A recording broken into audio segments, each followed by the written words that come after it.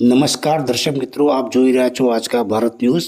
પાટણ નગરપાલિકાની 2020ની ચૂંટણીમાં અપક્ષ સભ્ય તરીકે ચૂંટાયેલા ડૉક્ટર નરેશભાઈએ પાટણ નગરપાલિકાના કામકાજ વિશે શું કહ્યું. અમો 1 વર્ષ બાદ વડાપ્રધાન મોદીજીના વિચારસરણી અને એમની કામગીરી જોઈને એકવાર અમુ ભાજપમાં જોડાયેલા હતા, પરંતુ ત્યારબાદ સતત 3 વર્ષ ભાજપમાં અમને અમારા ગયા પછી અમારી અવગણના થતી હોય એવું લાગ્યું. તેમ છતાં પક્ષની જીતમાં રહીને પક્ષના તમામ કામમાં સાથ આપ્યો, પરંતુ અમારા વિસ્તારના કામો જેવા કે માખણીયા વિસ્તારમાં પાટીદાર સમાજના જે ખેડૂતો છે તેમના ખેતરોમાં જે ભૂગર્ભના પાણી રેલાઈ રહ્યા જાય છે તે કામ, તેમજ રાધનપુરમાં દેવી પૂજક સમાજના લોકો છેલ્લા 2 માસથી ભૂગર્ભ ગટરના પાણીમાં હેરાન પરેશાન થઈ ગયા છે, અને મોતીસા વિસ્તારમાં જે સુલભ શૌચાલય બનાવવાની માગણી વિસ્તારની હતી છેલ્લા 2 વર્ષથી અટકાવીને પ્રમુખશ્રી અમારા કામ અટકાવેલા છે. આ બાબતને લઈ અમે અમારા વિસ્તારના કામોની અવગણના થતી હોવાથી આજ રોજ સામાન્ય સભામાં યાદી આપી હતી. પાટણનો વિકાસ પ્રમુખશ્રીના 2.5 વર્ષના શાસનનું શું થયું તે તો પાટણની પ્રજા જવાબ આપશે, પરંતુ અમારા ઉપર જે ખોટા આક્ષેપો કરીને અન્યાય કરે છે તે હવે અમે વિચારીશું, તેવું સત્તાપક્ષના ડૉક્ટર નરેશભાઈએ જણાવ્યું હતું. જુઓ આગળનો અહેવાલ. Reporter Iqbal Shah, Aajka Bharat news, Patan.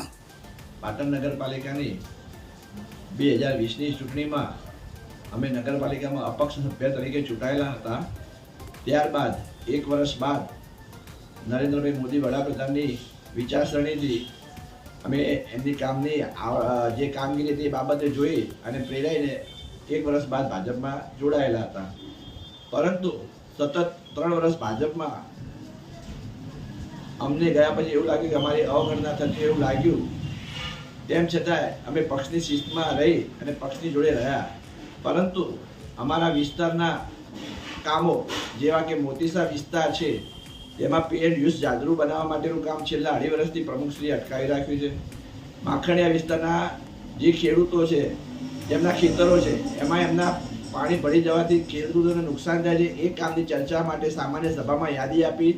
તેમજ રાધનપુરી વાસમાં છેલ્લા 2 મહિનાથી ભૂગર્ભ ગટરમાં લોકો પાણીમાં હેરાન પરેશાન થઈ ગયા છે, પણ પ્રમુખશ્રી સતત અમારી અવગણના કરીને અમારા વિસ્તારના કામોની અવગણના કરતા હોવાથી નારાજ થઈને અમે આજે સામાન્ય સભામાં યાદી આપેલી હતી, પણ એ યાદી ના ચડાવી અને ખોટી રીતે પાટણના વિકાસની વાતો કરે છે. પરંતુ પાટણનો વિકાસ એમને છેલ્લા 2.5 વર્ષમાં શું કર્યું તો પાટણની પ્રજા એમને જવાબ આપશે. પરંતુ હાલ ઘણા દુઃખ સાથે કહેવું પડે કે અમે તો લોકોના કામ માટે આવ્યા હતા, પણ લોકોના કામના બદલે ખોટા સપના બતાડીને ખોટા ઠરાવો કરવામાં અને અમારી ખાચી યાદીઓ ના લઈને અમને ઘણો અન્યાય કર્યો છે.